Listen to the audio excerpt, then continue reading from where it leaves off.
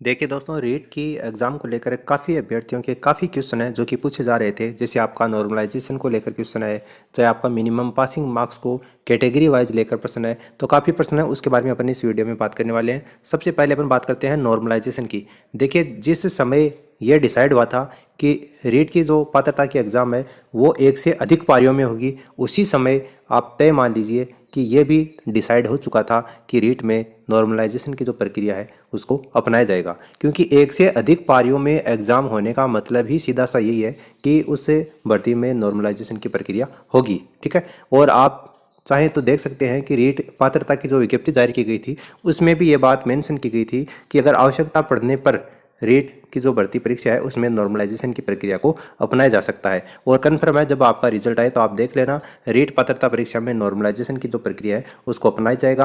अब कुछ स्टूडेंट हैं जिनको इससे फ़ायदा भी होगा, कुछ स्टूडेंट ऐसे हैं जो इससे उनको नुकसान भी होगा। जैसे अलग अलग कैटेगरी वाइज जो पासिंग मार्क्स हैं वो अलग अलग चाहिए होते हैं। तो जैसे जो अंतिम पड़ाव के ऊपर होते हैं, जैसे 90 अगर मिनिमम मार्क्स हैं जनरल कैटेगरी, तो उसको 92 93 अगर उनके बन रहे हैं तो उनको डाउट है, क्योंकि नॉर्मलाइजेशन के अंतर्गत उनके 89 88 हो सकते हैं।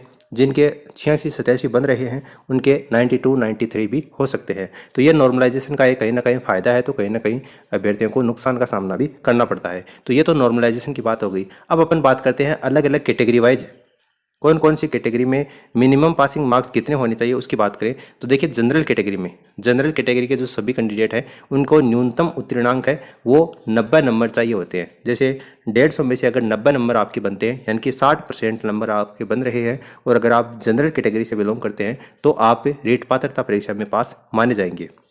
वहीं SC ST OBC MBC और जो EWS कैटेगरी के जो भी अभ्यर्थी हैं, चाहे वो महिला हो चाहे पुरुष अभ्यर्थी हो, उनको 83 नंबर चाहिए। ठीक है। अब आप 82.5 के जमेले में मत पड़ना। हालांकि लास्ट बार जो एग्ज़ाम हुई थी उसमें 82.5 नंबर वालों को भी पास कर दिया गया था, क्योंकि सीटेट की एग्ज़ाम हुई थी उसमें 82.5 नंबर वालों को पास किया गया था। उसके बाद में ये मामला हाईकोर्ट में गया था और बाद में हाईकोर्ट ने भी अभ्यर्थियों को राहत देते हुए 82.5 नंबर वालों को भी 83 नंबर मानकर उनको भी जो अध्यापक मुख्य भर्ती परीक्षा हुई थी उसमें बैठने का मौका दिया गया था। लेकिन आप ये मानकर चलिए कि अगर आपके 83 नंबर बनते हैं तो आप इसमें एलिजिबल है।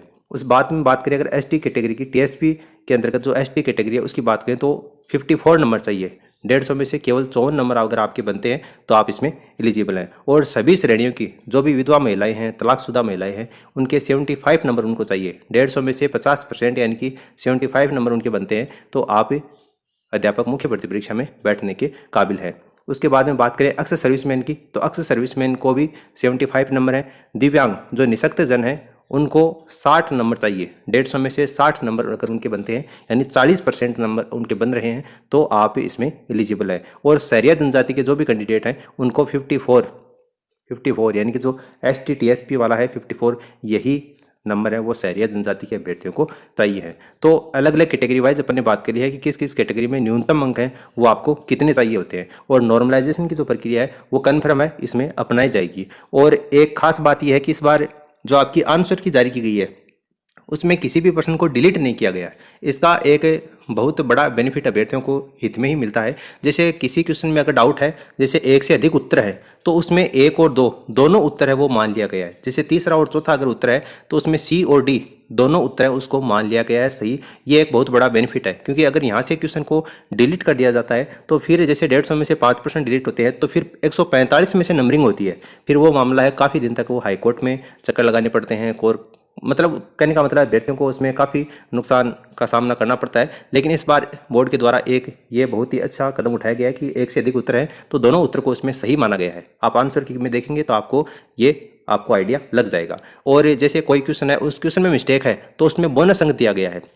कहने का मतलब है कि अभ्यर्थियों के हित में ही ये फैसला लिया गया है। तो इस बार जो मामला है वो ज़्यादा लंबा नहीं चलने वाला है, जल्दी ही इसका रिजल्ट है वो डिक्लेयर कर दिया जाएगा। आप हमारे टेलीग्राम चैनल को जरूर ज्वाइन कर लीजिए, उसकी लिंक आपको नीचे कमेंट सेक्शन में दे रखी है, ताकि वहाँ पर आपको लगातार अपडेट मिलता रहे। फिलहाल इस वीडियो में इतना ही। धन्यवाद।